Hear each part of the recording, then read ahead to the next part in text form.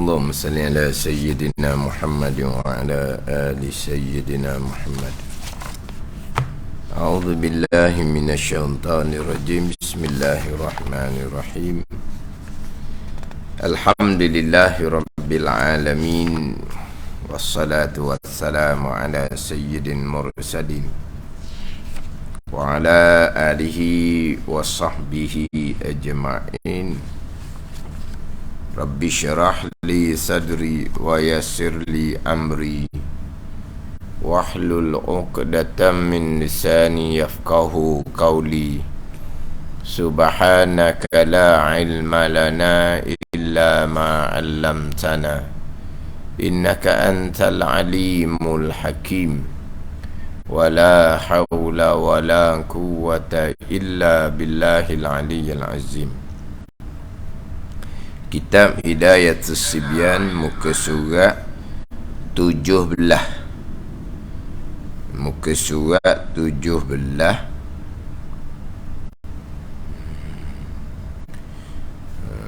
Baris yang ke-10 daripada bawah. Baris yang ke-10 daripada bawah.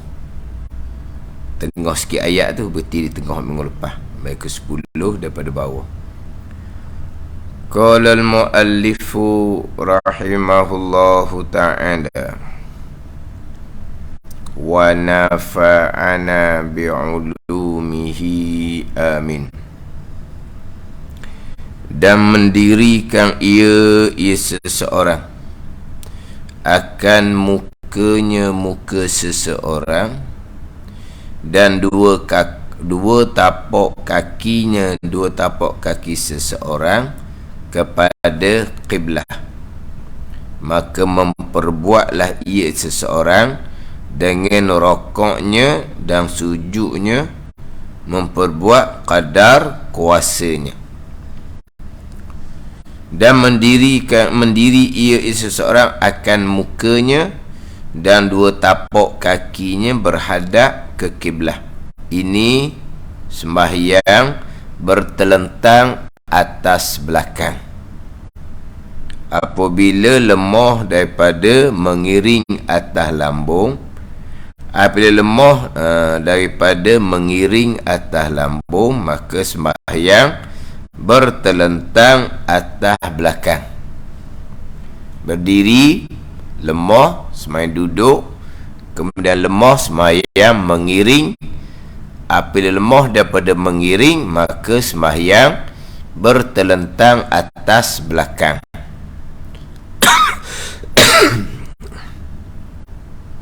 Kemudian sembahyang bertelentang atas belakang ni, dan mendirikan akan mukanya dan dua tapak kakinya berhadap ke kiblat. Jadi kita minggu lepasnya tekan berkaitan dengan dua tapak kakinya berhadap ke kiblat. Dua tapak kaki berhadap ke kiblat, itulah dia sembahyang bertelentang atas belakang. Dalam keadaan kaki itu dihulurkan kepada kiblat, itu sembahyang bertelentang atas belakang, syarat sah sembahyang. Sebab di antara syarat sah sembahyang adalah menghadap kiblah. Orang sembahyang berdiri, jelas menghadap kiblahnya macam mana.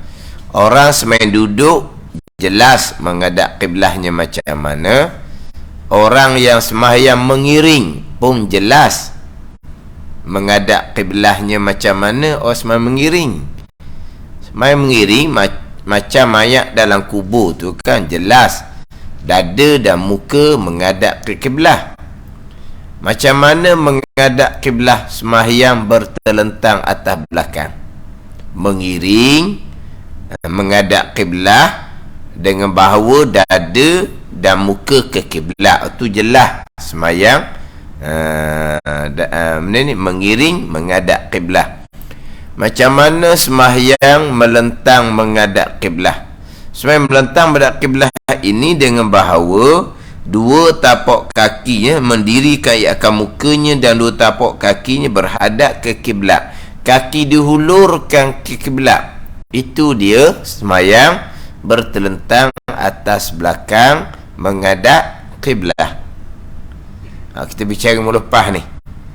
Hak semayang bertelentang atas belakang menghadap kiblat dalam keadaan kaki dihulurkan kepada kiblat.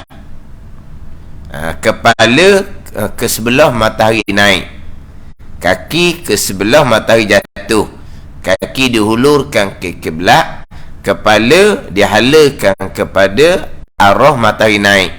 Itu dia semayang bertelentang atas belakang menghadap kiblat. Tak ada soal. Saya pergi pula kepada semayang bertelentang atas belakang. Semayang dalam keadaan menghadap kiblat, syarat sah semayang wajib dalam keadaan kaki dihulurkan ke kiblat. Saya pergi pula minggu lepasnya, tidur menghadap kiblat sunat, semayang menghadap kiblat syarat sah wajib.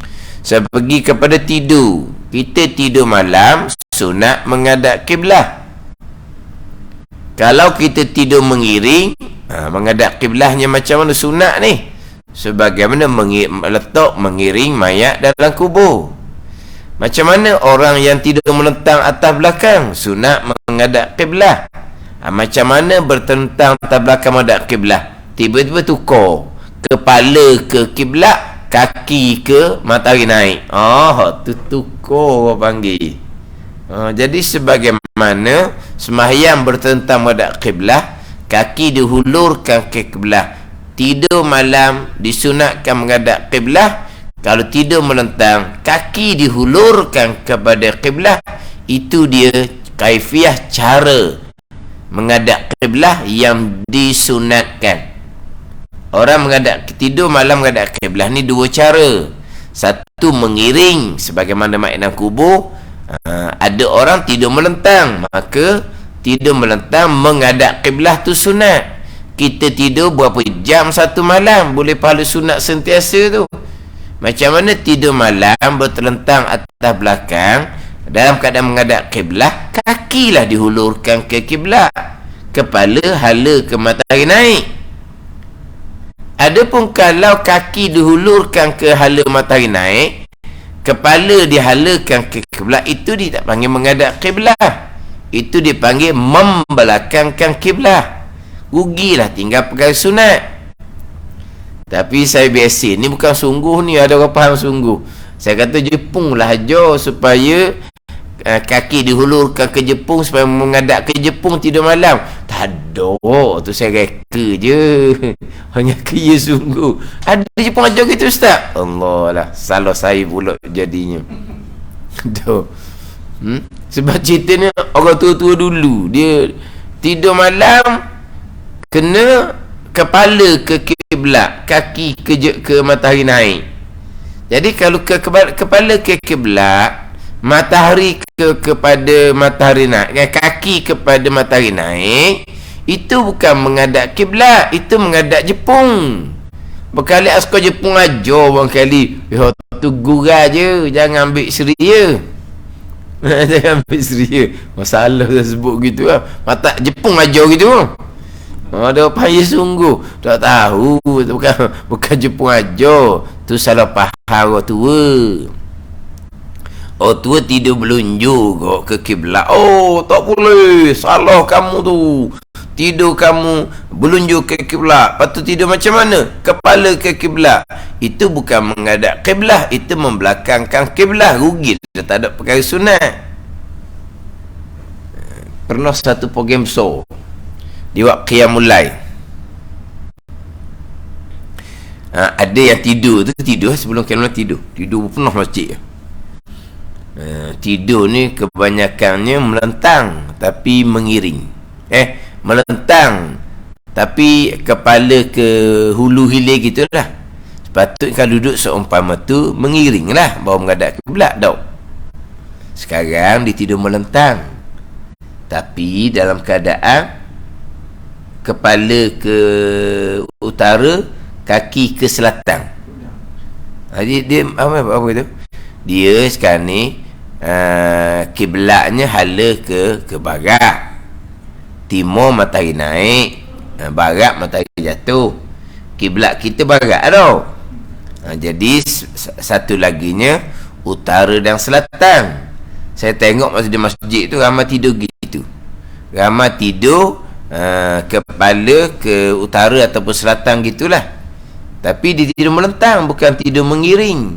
Kalau tidur kepala ke utara ataupun selatan, dia kenalah iringkan badan dia supaya dada menghadap kiblat.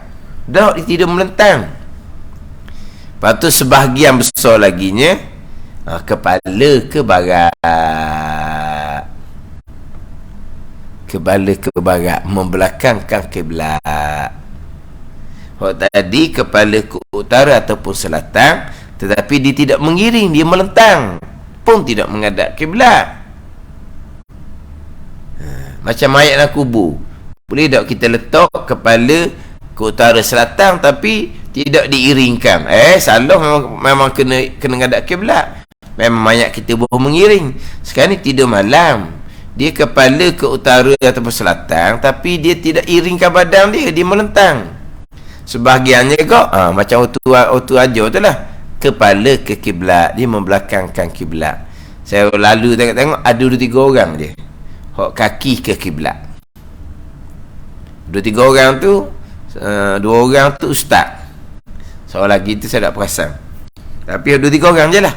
Ramai-ramai tu hok saya perasan 2-3 orang je kaki dihulurkan ke kiblat. Tapi hok saya tengok tu ustaz. Itu cara menghadap kiblat kalau tidak melentang atas belakang. Kaki dihulurkan ke kiblat, kepala ke timur, kepada hala matahari naik. Itu dia bawah tidur melentang menghadap kiblat. Sunat tu.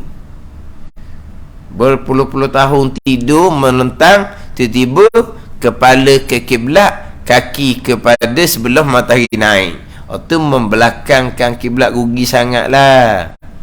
Tapi tadilah itu salah faham, bukan itu je pengajar. Salah faham je. Apa tidur kaki hulu ke kiblat, dosa dia kata. Dosa. Itu hak sunat. Ni banyak tempat saya cerita ni. Kalau masuk tajuk, bukan tajuk tidur, tajuk ni mengiring menghadap kiblat, jelas. Melentang menghadap kiblat, kaki dihulurkan ke kiblat.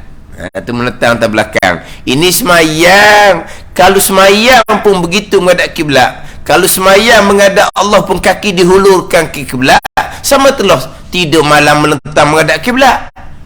Oh, tak ada adat kalau belunjuk gitu. Dah semayang lagi tak ada adat kalau nak pakai akal. Ada ni, kalau pakai akal. Kita semayang ni, tiba-tiba kita hulur kaki ke kiblat. Itulah menghadap kiblat. Oh, tak beradab. Itu syarat sah semayang. Kalau pada masa semayang melentang atas belakang, kaki dihulurkan ke kiblat, itu yang disunatkan. Semula telah tidur malam menghadap kiblat, itulah cara dia. Tiba-tiba kata tidak beradab. Hak sunat tidak beradab. Membelakangkan kiblat tinggal sunat dia panggil beradab. Ni salah faham. Beradab atau tidak, kita balik pada hukum syarak.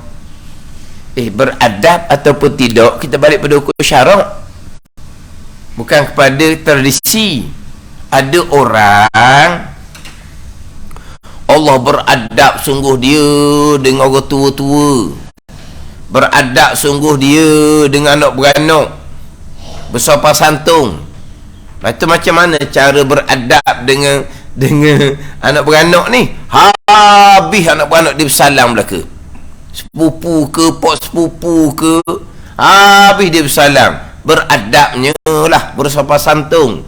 Mana kalau hak ngotu sikit dicium tangan, beradab. Tapi dia bersalam habis. Sepupu sepapang dia bersalam juga, lelaki perempuan, beradab. Tapi kepala dok tudung, pakai skirt. Adalah hak negeri yang seumpama tu. Orang kita pergi satu negeri lah. Orang kita pergi satu negeri. Kejut lah dia tengok. Anak beranak lah sepupu sepapang gitulah. Makna balik beradak lah. Dengan mocik-mocik tengok tu. Hak kakak cium tangan belaka. Cium tangan. Tapi dia bersalang habis. Nampak beradab lah salang habis ni. Tapi tuangnya kepala dah pakai tudung. Pakai skirt. Tapi nampak beradab. Beradab macam mana kamu bersalam dengan lelaki ajnabi, hukumnya haram. Tapi bagi mereka beradab gitu tu. Kan kita ni kadang-kadang kan, kalau kata adik-beradik, adik dengan abang pun kadang-kadang nak cium tangan malu. Tapi mereka tak. Mana tu cium tangan belaka, tapi dia bersalam belaka. Ajnabi dia bersalam juga. Ajnabi ni sepupu sepapang bukan orang lain. Dia beradab. Beradab apa tu? Kau haram.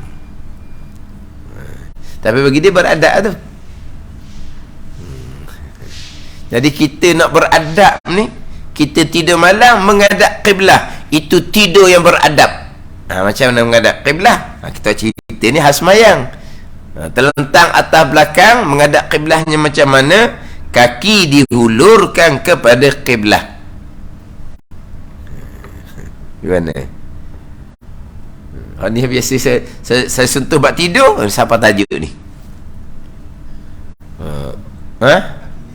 Kaki kiblah. Dia pakai kaki kiblat lah, itu menghadap kiblat. Oh, macam kaki ke kiblat, itulah menghadap kiblat. Bukan kata macam kaki ke kiblat. Itulah dia melentang atas belakang menghadap kiblat. Dengan kaki dihulurkan ke kiblat. Oh, jadi macam kaki ke kiblat. Bukan macam kaki ke kiblat. Memang kaki kena ke kiblat. Itu pada panggil menghadap kiblat. Oh, jadi macam kata kaki ke kiblat. Oh, itulah tidur menghadap kiblat. Dia tidur kalau semayang menghadap kiblat. Oh, macam kaki menunjuk ke kiblat. Oh, lah itulah menghadap kiblat. Tapi semayang orang tak ada nak canggah. Baik ni syarat sah semayang. Oh, kalau gitu kaki menunjuk ke kiblat, semayang. Oh lah, menghadap kiblat. Tapi tak ada orang canggah. Orang belajar belakang ni. Berdiri, lemah, duduk, lemah, mengiring, lemah, melentang. Ada tak orang pernah belajar tidur melentang, solat menghadap kiblat, kaki dihulurkan kepada sebelah timur? Ada? Ada orang ajar. Jadi macam kaki ke kiblat. Itulah dia tidur melentang menghadap kiblat. Memang kaki ke kiblat. Tidur malam menghadap kiblat, memang kaki ke kiblat. Cuba kita fikir balik. Kita nak menghadap kiblat, tidur melentang, tiba-tiba kepala ke kiblat, kaki ke sebelah timur. Kita betul tak? Kita rasa kita menghadap kiblat ke kita mau belakangkan kiblat? Mau belakangkan kiblat gitu. Kita sebelum tidur tu kita baca doa dulu. Baca doa ke mana? Kita sebelum melentangkan badan kita, kaki kepala ke kiblat, kita duduk macam mana? Kita duduk muka hadap ke timur. Lepas tu kita nak berdoa, itu menghadap kiblat. Ke pusing sekejap tubuh. Kemudian kita pun tidur melentang. Kita tidur melentang. Kita masih lagi ada berdoa, ada baca, ada apa. Kaki ke timur, kepala ke kiblat. Kita tidur seumpama tu kita rasa macam kita menghadap kiblat. Tak, kita rasa lah kita melentang atas belakang, kepala ke kiblat, kaki ke timur. Seumpama tu kita melentang, kita rasa tidur kita tu menghadap kiblat. Kiblat duduk belakang kita tu. Kiblat duduk belakang kita. Mana kita rasa betul? Allah, kita ni warna muka kaki ke timur ni, kepala membelakangkan kiblat. Gitulah menghadap belakang kiblat tu. Dulu saya bawa kitab, kitab Sarus Salikin, bawa kitab. Jadi cerita mula-mula tu orang tengok aku tengok mu apa benda ajar ni. Minggu depan bawa kitab Sarus Salikin. Dia ada 10 adab ketika tidur. Adab yang ketujuh, menghadap kiblah. Dari tasarruf salikin didatangkan dua kaifiah. Satunya mengiring macam ada kubur menghadap kiblat, atau tak ada isu. Macam mana kaifiah cara yang kedua kalau tidak melentang atas belakang menghadap kiblat? Minggu lepas saya sentuh bab letak mayat, gitu juga. Ada orang letak mayat kepala ke kiblat. Tu sunat tu. Tapi letak kepala ke kiblat, kata kena pusing kuning. Kaki kena kiblat. Walahal sepatutnya orang yang meninggal ni pada masa dia uzur tu pun kaki ke kiblat dah, untuk tidak melentang di sepanjang masa menghadap kiblat. Bukan masa dia sembahyang saja. Orang terlentang ni pasti solat dia melentang. Bukan masa solat saja kaki dihulurkan ke kiblat, masa dia tidur pun kaki ke kiblat lah, menghadap kiblat. Sampai masa dia nazak, sampai selepas dia meninggal, kaki menghadap kiblat.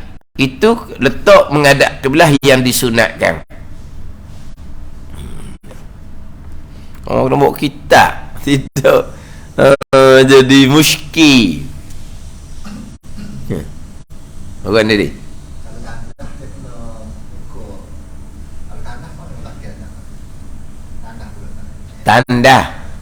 tanda seeloknya hadap ke utara ataupun selatan.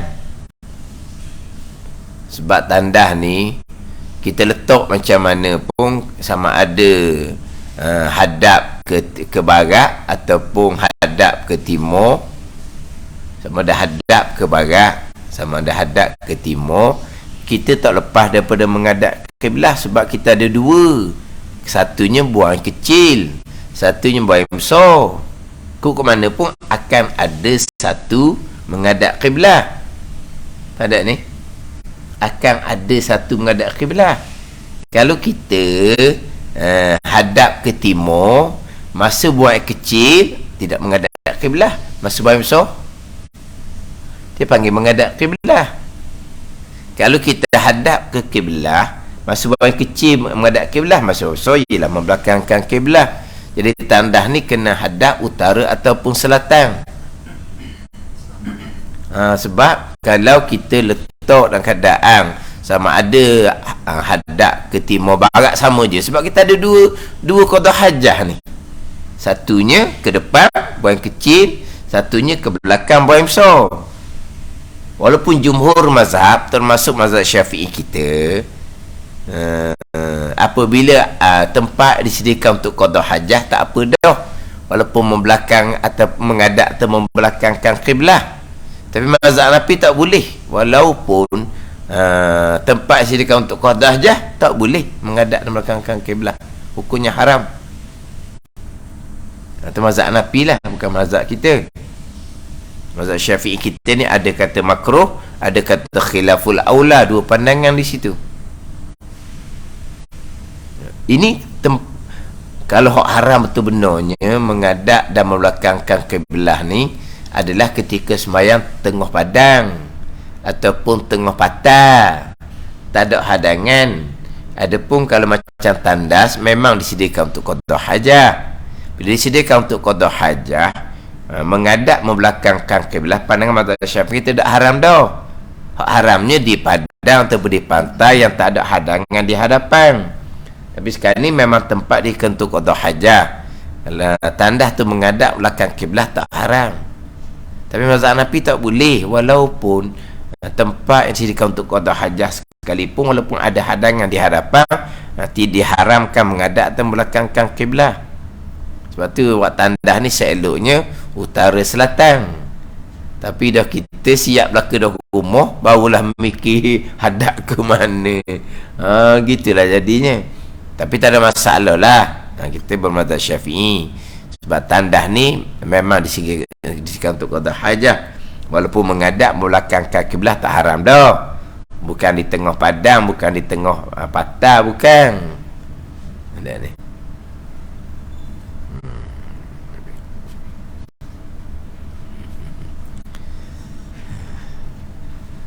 Tidur malam puluh tahun.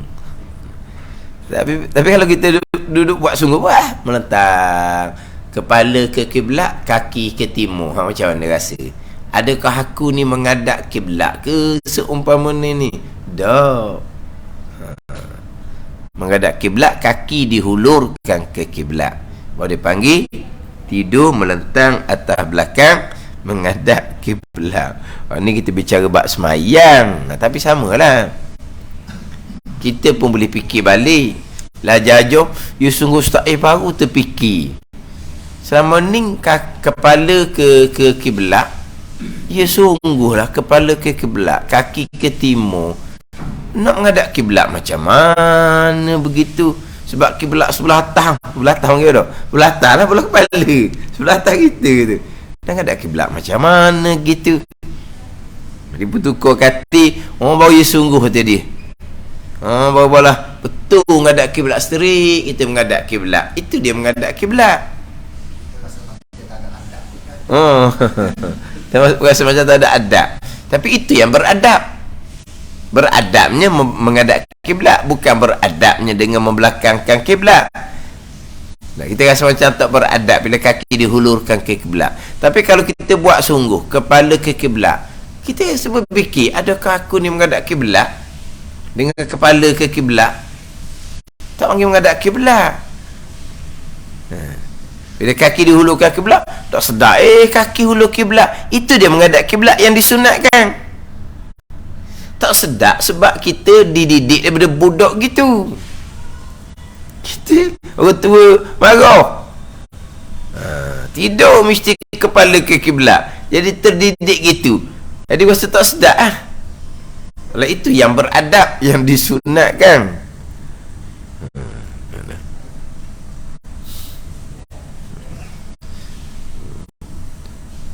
Itu selingan. Sebab apa? Sebab semayang ni mengiring macam menghadap kiblat, jelas. Melentang macam menghadap kiblat, jelas. Saat kita gilah pada tidur pula sama je lah. Menghadap kiblat tu macam mana? Dengan cara yang sama. Jadi kaki ke kiblat itu menghadap kiblat. Satu laginya mendirikan akan muka. Mendirikan akan muka. Dia mendirikan akan muka ni dengan kita letak bantal lah, lapik. Dia, kita semayang berdiri, kiblat dada. Kita rokok, tubuh ke kiblat. Kita duduk, dada ke kiblat. Kita sujud, tubuh ke kiblat. Kan rokok sujud kan, dada ke bawah, kiblatnya macam mana? Ni tubuh kita ke mana? Berdiri, dada kiblat. Rokok, hala tubuh tu kiblat, jangan ke kanan ke kiri. Duduk, dada ke kiblat. Sujud, tubuh ke kiblat. Semayang melentang, mengiring. Mengiring, dada dengan muka ke kiblat. Dada ke kiblat. Tapi bila semayang melentang atas belakang, kaki dihulurkan kiblat, itu cara menghadap kiblat. Tapi dada ke mana? Dada ke mana? Dada ke langit, bukan ke kiblat. Berdiri, duduk, mengiring, jelas nyata dada ke kiblat. Ini syarat sah sembahyang. Berdiri, duduk, mengiring, dada ke kiblat, jelas nyata. Persoalan sekali sembahyang melentang atas belakang, dada ke mana? Dada ke mana Ukut Ayung? Tanyalah dah. Dah. Dada ke atas. Lepas tu kita semayang ni, dada kena menghadap kiblat. Kita berdiri, dada kiblat. Kita duduk, dada kiblat. Kita mengiring, dada kiblat. Sebab kiblat, menghadap kiblat ni dengan dada. Muka menghadap kiblat sunat, ni ke di dada. Berdiri, duduk, mengiring. Bila melentang atas belakang, dada tidak menghadap kiblat. Dada sudah ke langit. Maka wajib hadapkan kiblat dengan muka, dengan bahu. Muka tu wajib didirikan, dengan bahu bubuh kena lapik dengan bantal. Sebab kalau tidak, dada ke langit, muka ke langit. Dia memang dada bukan nak muka kiblat. Ni kita semayang berdiri ni. Kiblat duduk sini, bukan duduk di muka. Muka paling ke kanan, ke kiri. Tak ada apa-apa tu. Tak ada kerana makruh. Kalau ada kerana tidak makruh. Dah kiblat mana? Kiblat duduk sini, bukan duduk di muka. Tapi bila semayang melentang atas belakang, kiblat nak pakai dada ke langit, muka ke langit, maka daripada dada pindah ke muka, maka muka, kepala wajib dia berbantal, berpelapik lah, wajib lah. Adapun kalau kati hospital, kati rumah pun dah beli macam hospital tu kan, kati, lepas tu dia punya lembek dia kan, lembek dia ada beli dia getah tu kan, mana kena kencing pun tak apa. Kalau tu tak apa, sebab dia pusing. Dia pusing. Pada ni dia kati tu asalnya dada ke langit, muka ke langit. Masa nak solat dia wajib kena pusing, duduk gitu. Duduk gini badan dah. Bukan kata nak suruh buat gini, terbalik kawan tu. Kata buat gini, angkat katil sehabis-habisnya, biar duduk gini. Dah. Gini tak apa dah.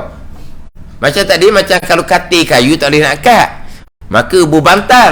Berbantal nak macam mana? 3 bantal. 2, 3 bantal. Biar tekuk dia berlipat. Sebab nak muka ke kiblat. Dah. Berbantal je. Mana muka daripada atas jadi ke depan je. Dia panggil kiblat dah. Itu kalau katil biasa. Katil kayu tu, katil besi biasa lah. Mendirikan maka mendirikan ia akan mukanya. Muka ni kena ke kiblat. Nak diri macam mana? Kena buh bantal. Tapi kalau buh bantal pun muka dia terangkat sikit je. Nak suruh terangkat banyak tak, dia kena buh 2 bantal lah. Dah. Tapi kalau katil tu macam katil hospital, tak apa nak buh bantal pun. Tapi memang bantal dia. Tak bantal pun apa, sebab apa? Dia pusing. Maka kiblat kira di dada, bukan di muka. Tapi kalau katil hok tak boleh nak angkat, dada ke langit, maka wajib bubuh bantal. Maka kiblatnya kira di muka. Faham tak? Kiblat kira di muka. Ni kena jaga pula. Sebelum ni kita semayang kiblat ke di dada, kita berpaling ke kanan tak apa, berpaling ke kiri tak apa, makruh lah kata ada kerana.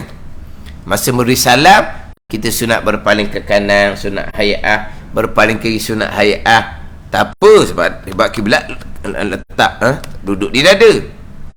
Sekarang ni sudah berbeza. Hak katil biasa, hak katil tak boleh nak angkat, dada ke langit, maka kiblat berpindah ke muka.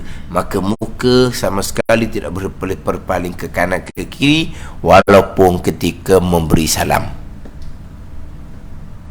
Ada situ. Kita kan berpaling ke kanan, beri salam kau sunnah hay'ah, berpaling saja kita sudah tidak menghadap kiblat. Sebab kiblat bukan duduk di dada, kiblat duduk di muka.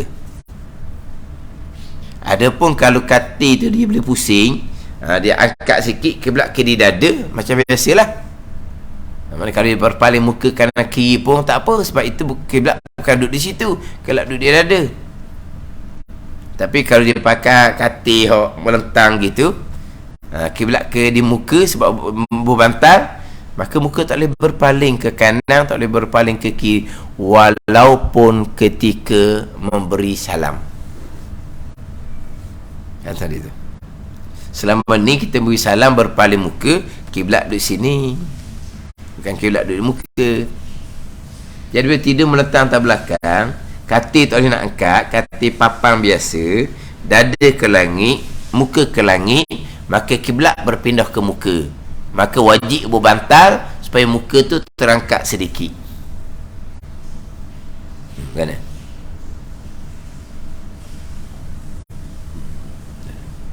Wajib berbantal. Wajib ni orang sampai melentang atas belakang ni orang lesu sangat dah, orang uzur sangat dah sampai melentang atas belakang ni. Maka nak buh bantal, kalau wajib buh bantal ni wajib minta tolong orang buh bantal lah. Seorang buh bantal, tiba-tiba tak ada orang tolong, jadi dia tidur tu bantal pun tak ada, contohnya tak ada tolong. Buat masalah je ni. Memang tidur tak ada bantal, kita buat masalah. Maknanya dia kejut pagi tu, Allah lah, jadi kena setok, kena macam tak nak gerak. Batal-batal tak ke mana dah ni. Tapi dia memang ada kiblat dah ni. Nak wuduk nak apa memang tak boleh gerak dah. Semayang hormati waktu lah. Jadi dia menetang gitu. Tiba-tiba bantal pun tak ada. Bantal pun tak tahu ke mana dah bantal ni. Kalau ada bantal sebelah pun tak boleh gerak dah tangan dia. Jadi kejang dah. Tapi otak dia molek, sedar. Otak dia molek, sedar. Ni kadang-kadang orang tidur seorang ni. Tidur seorang. Sebab dia seorang-seorang ni makruh. Dia nak kena ada pasangan. Memang makruh sebab apa? Apa-apa hal tak ada orang tahu seorang ni. Sebab tu tua dia tak tidur seorang, dia panggil cucu, dia panggil anak jiran, teman dia. Masa tidur je. Siang hari dia bosan ke cucu? Siang hari dia bosan. Malam tu dia panggil cucu dia, anak jiran tu, teman tidur. Memang kena begitu. Dia makruh tidur seorang diri seumpama tu. Kalau ada apa-apa jadi, apa mati seorang. Mati seorang ke tau? Mati seorang lah. Mana orang mati seorang? Mana kemudian baru sedar, jadi kerah dah. Nak betul pun jadi payah dah. Kan orang mati kan, kita sendi-sendi dia, kita buatlah menerakkan sendi apa semua kan. Ni kesang dah, nak betul-betul tak boleh dah. Dah mati bila dah tahu dah. Tengah hari baru sedar, petang baru sedar. Wah, ni mocik ni tikak-tikak dak buka ni. Tak muka-muka tikak ni. Panggil-panggil dak nyauk ni. Tu barulah.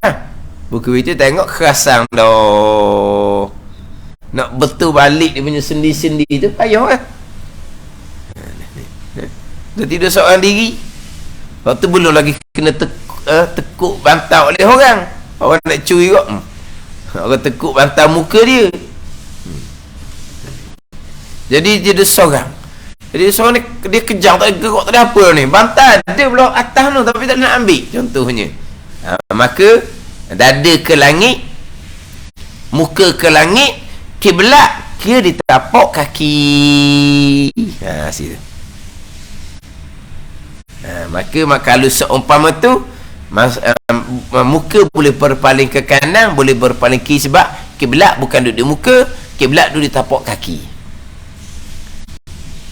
Asal kiblat duduk di dada. Kalau katil tu boleh angkat, comel. Katil boleh angkat, duduk gini katil. Kiblat ke di dada, bukan ke di muka.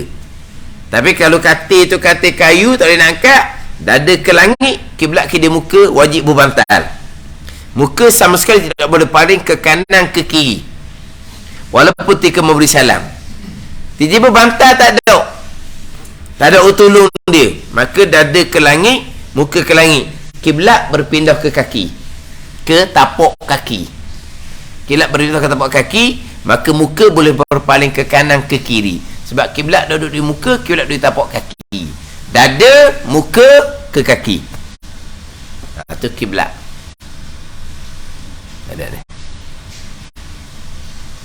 Tapi kalau orang dulu kok kiblat duduk di muka lah. Wajib berbantal. Cuma kalau sekarang ni kiblat di dada, sebab katil tu boleh dipusing. Ini dah keadaan melentang atas belakang, menghadap kiblat, dada, ataupun pindah pada muka, yang terakhirnya pindah kepada tapak kaki.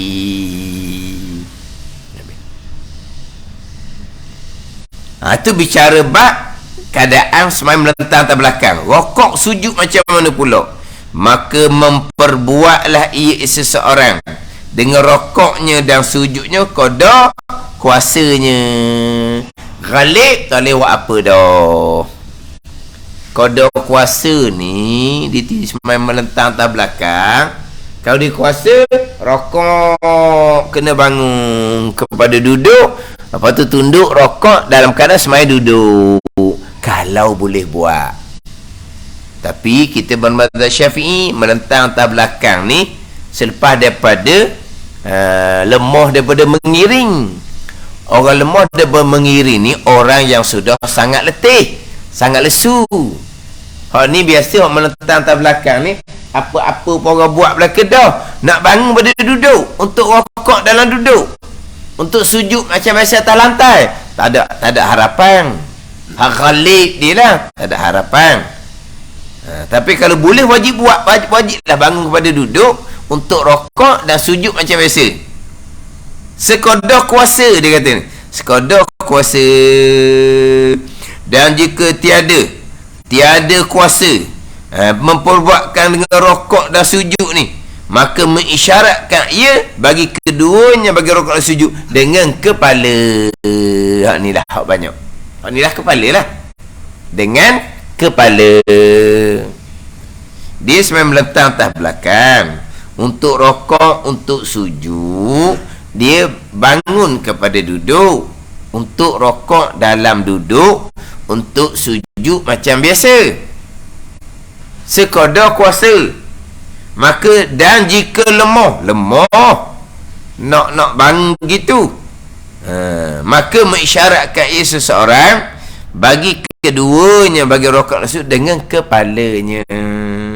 Dan jika ia seseorang, dan jika lemah ia seseorang daripada isyarat kepala, maka dengan kelopak matanya. Dan jika lemah ia seseorang daripada isyarat kelopak matanya, maka hendaklah hendaklah dilakukan sekian perbuatan itu dengan hatinya juga. Inilah sehabis-habis lemah, maka tiada gugur wajib sembahyang daripada bersoal sekali-kali selama ada akalnya maujud.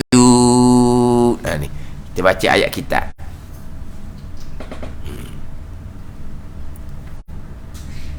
Jadi apabila dia melentang atas belakang, memanglah untuk bangun kepada duduk, rokok, sujud tu memang dia tak boleh bangun. Maka isyarat dengan kepala, angkat kepala daripada bantal. Untuk rokok, iktidal, jatuh kepala kembali. Sujud yang pertama, angkat kepala daripada bantal. Lebih tinggi angkat kepala nak banding dengan angkat pada rokok tadi. Jika boleh, duduk antara sujud, jatuhkan kepala kembali. Sujud yang kedua, angkat biar lebih tinggi sedikit daripada hak angkat pada rokok yang terdahulunya, jika kuasa. Tapi kita bicara dulu masalah isyarat untuk rokok dan sujud ni. Sebelum kita pergi pada hak semayang melentang atas belakang, rokok sujud ni isyarat. Dia kemungkinan rokok sujud ni boleh berlaku isyarat tu, bukan kata orang semayang melentang, bukan kata orang semayang mengiring, bukan orang semayang berdiri pun ada isyarat, orang semayang duduk pun ada isyarat. Orang semayang berdiri, comel gagah, dia buat pembedahan mata. Nak rokok macam biasa tak boleh, nak sujud macam biasa tak boleh. Berdiri, berdiri boleh ke mana-mana pakai cuma mati hitam laginya, gagahnya. Awak pun dah mati tu lah kan. Kalau jumpa ayah haji pakai cuma mati hitam tu, faham lah, bukan nak jangok. Ayah haji buat pembedahan mata lah, mati hitam. Dia gagah dia, tapi dia wajib solat berdiri. Rokok boleh. Dia buat macam mana cara dia? Rokok tu tidak dibenarkan atau memang tak boleh buat sakit ke, senok tau ke apa? Yang senok, pada senok, bukan senok perut senok kau. Mata panggil apa, senok ke apa? Senok kat mata tau, bukan perut je senok. Senok perut, sakit perut. Jadi bukan kata ni isyarat untuk rokok dan sujud, walaupun semang berdiri, walaupun semang duduk.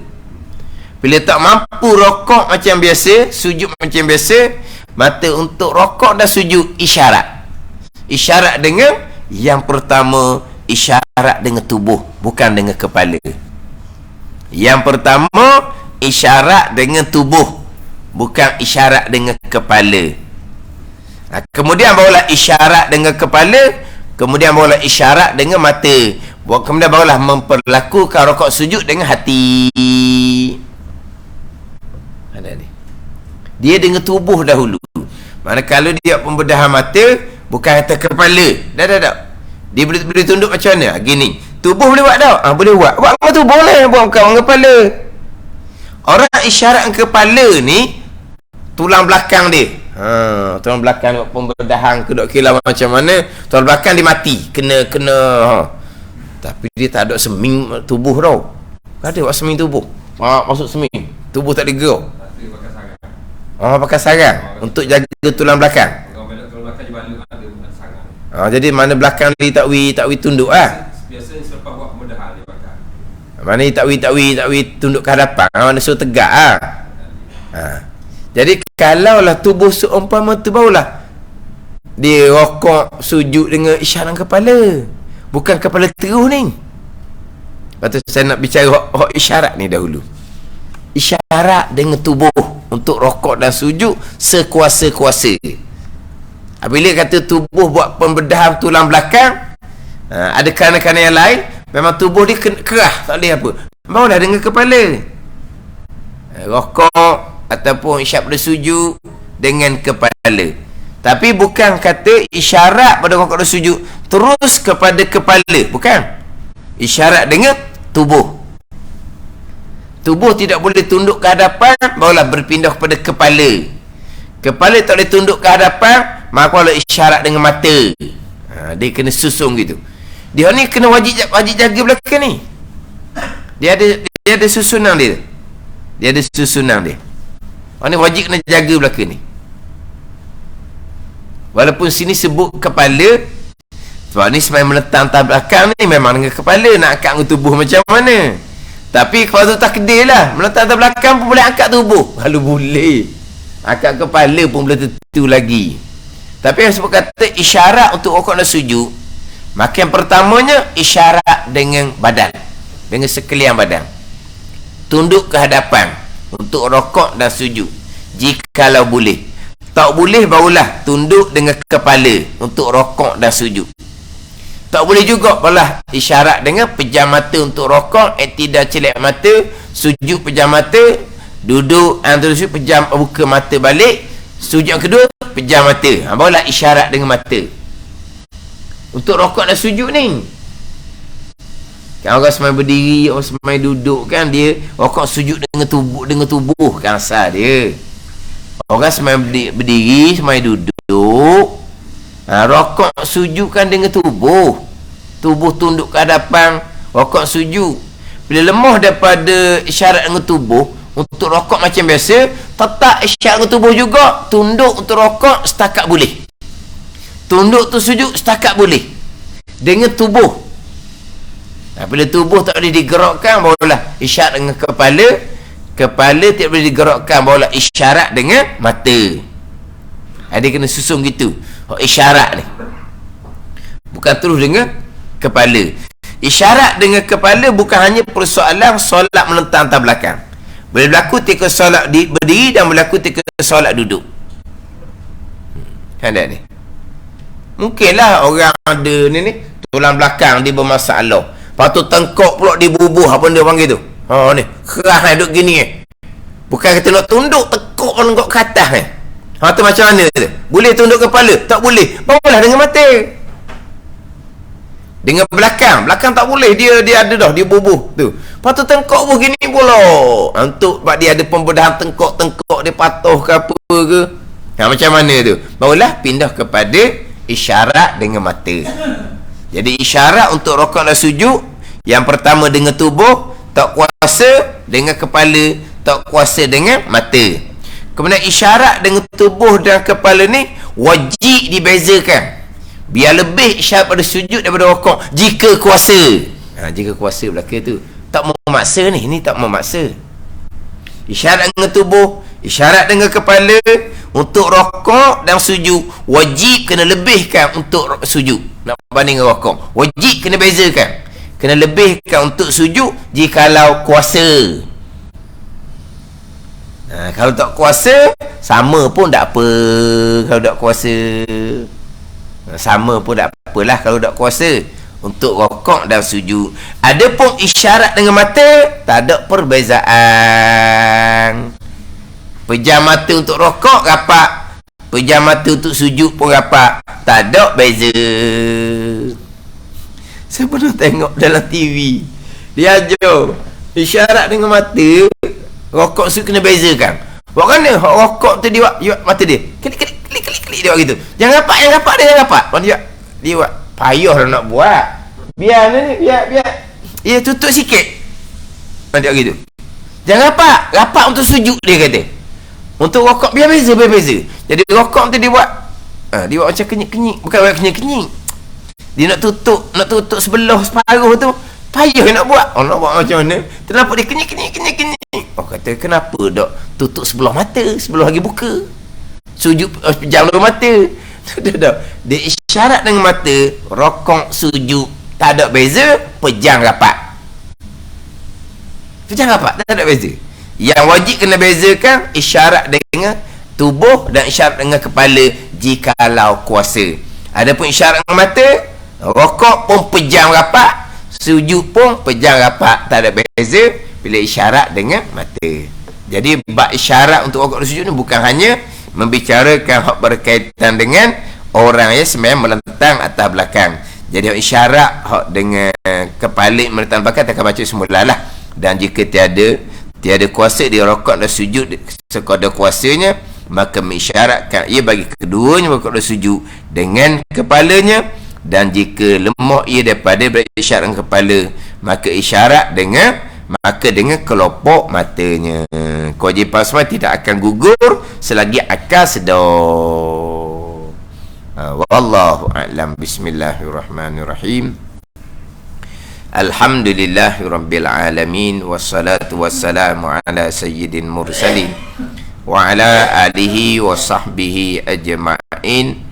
Allahumma iftah alaina futuhal arifin, Allahumma allimna ilma akadamin, wa fahimna famasabikin, warzuqna ruqat talibin. Allahumma zidna ilman wa alhiqna bis salihin. Wa sallallahu ala sayyidina Muhammadin wa ala alihi wa sahbihi wa sallam. Walhamdulillahi rabbil alamin.